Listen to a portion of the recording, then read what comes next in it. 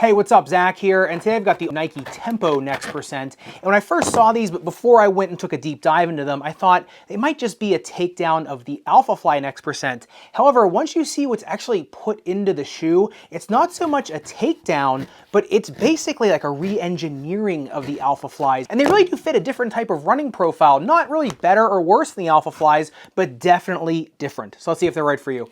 Here we go. Now, starting with the uppers, the first thing that I really noticed was it's not so much that there's different materials in different parts of the uppers from the vamp or the forefoot, midfoot, and the rear foot, but it's more that it's the concentration of textile to TPU or organic to TPU fibers. When you get into the forefoot, it is a lot of TPU. It's very open. And you get into the midfoot, you get almost like a felt backing underneath of the shoe, which we'll talk about in the fit section. And you get a very dense tongue in the shoe. I mean, it is a slipper tongue, but that slipper portion of the booty liner becomes very dense with textile fibers. And you go into the rear foot and it's basically just a knit, a really lightweight knit material. And that really has a lot of implications for the breathability of these. If you look at the breathability test, they heated up 132.2 degrees, then cooled down 64.3 degrees. Now what I noticed in these when I had my hand on them is that all the air was coming out of the vamp of the shoe when it's really sometimes reversed in these, because typically the heat usually comes out around the tongue of the shoe and then it's the vamp of the shoe holding on to heat. Now these didn't do as well as some other really uber minimalist shoes, minimalist running shoes I should say.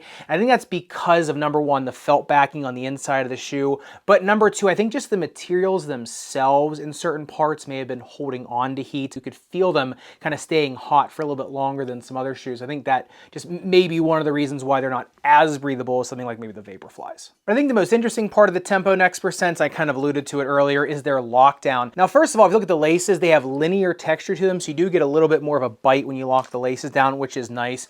But number two, it is a offset lace, and it is double eyelets all the way down the lace line, which just basically means it's just sharing the load of the lace on each eyelet versus just having one. And usually you kind of need that when it's an integrated lace into more of a mesh or elastic type upper, because if you don't, you'll just rip right through the uppers. Now, the lace line is reinforced from above with knitting as well as underneath with this felting. Now this felt goes all the way into the strobo board and it kind of comes up into these two wings that go up over your midfoot, and that's what's really giving you most of the lockdown, because like I said, it's integrating with the lace eyelets, locking your foot down. Now the thing what I noticed is the lace eyelets do not go very far into the shoe. It almost is like in the basketball space with Adidas Trae Young line, and you do get a lot of area in your forefoot with really nothing locking it down. But when we talk about the midsole and the outsole, there was a reason for that, that there is a design element, more of a biomechanical design element to that. But just suffice it to say, you know, we'll talk about it, like I said, when we get to the fit, but this felting underneath of it really does give a disproportionate lockdown to the shoe versus kind of what it looks like from the outside, or just what you would think an elastic upper would give. And if you look at the upper durability test, 10 seconds highest grit sandpaper, I mean, the burr just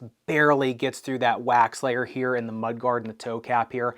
So, I mean, remember, these are meant to be road running shoes. You can use these on nice, like, packed shale or packed dirt for sure, I think, especially with the profile of the outsole, which we'll talk about. However, I'm not really, these aren't trail running shoes, so I'm not really sure you're going to get into anything where you're going to need that kind of durability, but it's nice to know it's there. But getting into the midsole teardown and the tempos, this was really kind of like a surprise and delight to me because, like I said, I thought this was more of a takedown model, but when you look at it, like I said, it's just different engineering of kind of the same biomechanical design. Now what you have here is React foam in the heel coupled with ZoomX foam starting in the heel going into the forefoot.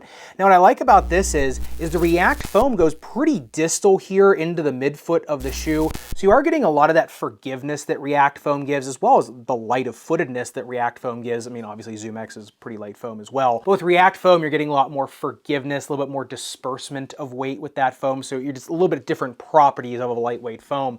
But the coolest thing I think is it's the same design as the Alphafly and Vaporfly with a carbon fiber plate that goes all the way from heel to toe in that real molded design. However, in this case it's plastic, and so it does give a lot more forgiveness out of the shoe, same as the React foam, which, like I said, we'll talk about the runability section, what that means, but it is just a different setup of shoe. And what's really cool is if you look in the inside between the Zoom Air units, no, I did not cut the Zoom Air units. I was actually able to preserve these, which was great. We were talking about in the members only video, you know, what I might do with them next, kind of a different video, making some custom stuff out of them. Like I said, if you do want to see these videos, early extended length teardowns from stem to stern of the shoe all the way through and kind of with commentary, kind of discovering the shoe for the first time, make sure you check out the membership section. I'll leave it down below. However, what I really liked about it was was when you get through the middle is that this actually has these little break points here in the plastic shank. So when you're going through your last phase of push off here through your gait cycle, when the last phase where you're actually on the ground, this will bend a little bit easier, a little bit more durable bending, so you can make the plastic a little bit lighter, because when you're putting the maximum load on the shoe and the maximum tension on the shoe,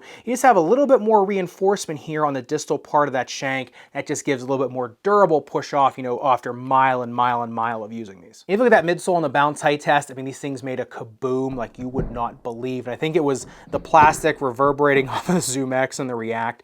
However, in the heel and the bounce height test got 30.5 centimeters, and then the forefoot got 47.5 centimeters. Obviously, you know, Zoom Air creates a lot of bounce. However, what I thought was interesting was I thought it was maybe the React foam that was dampening a little bit more. I mean, obviously there's plastic right on top, so you're not going to get as much spring as the foam.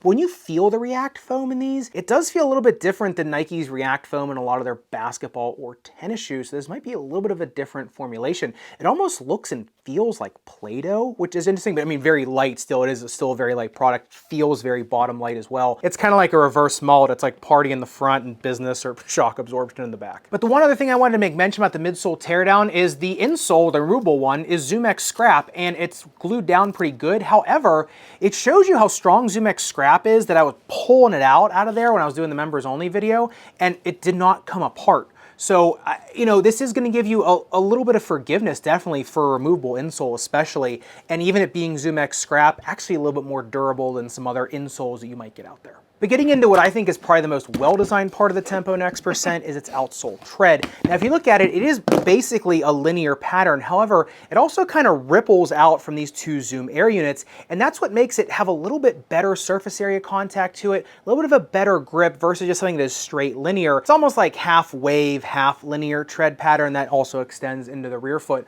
What I like about that is you have the deepest groove right before the Zoom Air unit, and that also correlates with right distal to the last lace eyelets that I was talking about in the uppers of the shoe. And what that does is it makes them so easy to bend in the forefoot, which gives you such easy push off, especially for someone who's going through a full gait cycle. Now, if you are someone who is a forefoot striker, obviously you're going to get the same benefits from that because it's just easier to strike. Not as much load coming down through the metatarsal heads like some shoes will when it's really stiff right there. And just following that same vein, if you look at the speed ratio on them, 3.83, which is kind of in Vaporfly territory, just a super fast, nimble shoe. I mean, you get all these cutouts here in the foam, just super easy gliding through the air, as well as cutouts just for weight reduction as well as you have the pointed back end for a little bit easier cutting through to your backswing of your gait cycle. And a lot of people say that doesn't make a difference. However, when you're a super elite runner, that's when you notice these kinds of things. And when you're putting on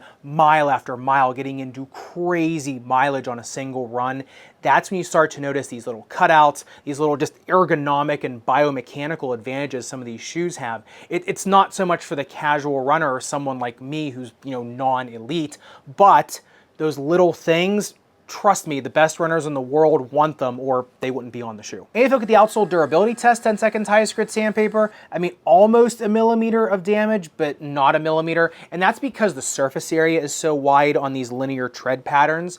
You know, the durometer isn't super high, comes in at 11.7, but when you have that much surface area contact sharing the load and sharing all that friction and heat, they're not going to wear down as fast as something with really small flanges of rubber. So, you know, I would say in terms of a long distance shoe and something you can take out for a training shoe, getting higher mileage in, especially, you know, getting higher mileage in over the course of a week, you know, just using them as a training shoe, I definitely think they'd live up to their billing, and at least in the durability regards to that. Now, the biggest dividing line of the Tempo Next Percent definitely is the fit. I was having a really hard time breaking these in. If you're really anything over a medium-sized foot, you better be going up a half size. And even at that, they're going to be a little bit more difficult for you. You might want to wear a compression sock around them so you don't swell as much in the shoe. Narrow and medium foot, go true to size. These are going to give you a very nice lockdown. Because of that felting on the inside, and you wouldn't think that it would constrict the foot that much, but it definitely does with that felting in there. If you have any bit of a wide midfoot bunion, tailor's bunion, these are really going to crank down on you. For you, I wouldn't even try them. But I think these are more meant for the narrow and medium foot, and at those, you'll get a great lockdown. And in terms of any snake snake bites you might have on your foot, I will say they do live up to their billing in terms of them being a very forgiving shoe. The 2 Zoom Air units in the forefoot, those 2 pods, super forgiving for any ball of foot pain. And the React foam that goes through the rest of the shoe combined with the Zoom X, as well as the more forgiving full-length shank. I mean, I thought they were great, especially for someone like me who's going through jumper's knee right now. I had really no issues whatsoever, even on asphalt and concrete on these. But in terms of the all-important runability, what runners are best for these, I would say anything from a rear foot, midfoot to a forefoot striker is going to find at least something they like in these. I think the worst part of these is probably the midfoot striking. I think a forefoot striker and the heel strikers are kind of better than the midfoot, just because you get more tools out of them for both of those types of strikers. These really are a little bit more of an easier shoe to deal with than the Alpha Flies if you want the same profile of shoe. And speaking of the heel strikers, it's interesting because if you look at the heel on these, you actually get a pretty big medial heel on the Tempos, as well as a pretty big landing pad here on the lateral side. Usually it's just the lateral side that gets it because, you know, the shoe wants you to hit lateral then go medial. However, they've got a pretty big forgiving pad as well as a lot of foam here on the medial side for someone who's not even that efficient of a heel striker. You can see these shoes are meant for a lot of different gait patterns, a lot of different strike styles, and a lot of different strike points, even in the rear foot. Remember, you're not going to get the launch out of these that you get from the Alpha Flies with the carbon fiber shank going full length, integrating with the Zoom Air. It is plastic integrating with Zoom Air. However, with the React foam under that, as well as the Zoom X kind of sandwiched in between there, they are just ridiculously easy to run in, especially if you're someone that's having a little bit more snake bitten issues like yours truly right here. I just found that these were very easy to deal with no matter what I was trying to do with the shoe. The shock going up my leg was hardly any, especially if I was paying attention either forefoot striking or rear foot striking. I said, if you're a midfoot striker, they're fine. It's just you'll get more tools out of them if you're forefoot or rear foot. I know it sounds weird, but try, I mean, you'll find out. But if you want to use the Alpha Flies in a race and then have a shoe that has the same fit profile that your body can get used to, kind of like one shape of shoe, one fit of shoe, you can use the Tempos for your kind of tempo runs, you know, no pun intended, or kind of your training runs, and then use the Alpha Flies in the race if you want to keep them new. Use these to kind of beat up. So you'll lower the risk of the lower back pain and everything from kind of changing the shapes of shoes from your training runs versus your race type situation. So I like that about this. It's a great complement to the Alpha Flies. And even on their own, I think they're fine in terms of training as well as race day. So I think you can use these as just an all-in-one package of a shoe, or you can use these as a team with something like the Alpha Flies. But of course, love to hear your thoughts on the Tempo Next Percent. Are you going for something like this, or are you just going straight to the Alpha Flies, or are you someone that's a proponent of using kind of like a team setup in shoes, having a couple models that are very similar, one for race day, the other one's for your training? Let me know in the comments down below. And if you want to see another sibling to the Nike Tempo Next Percent, the Nike Vaporfly Next Percent 3, make sure you click into this video up above and subscribe down below. Respect your rubber and foam. I'll see you in the next one.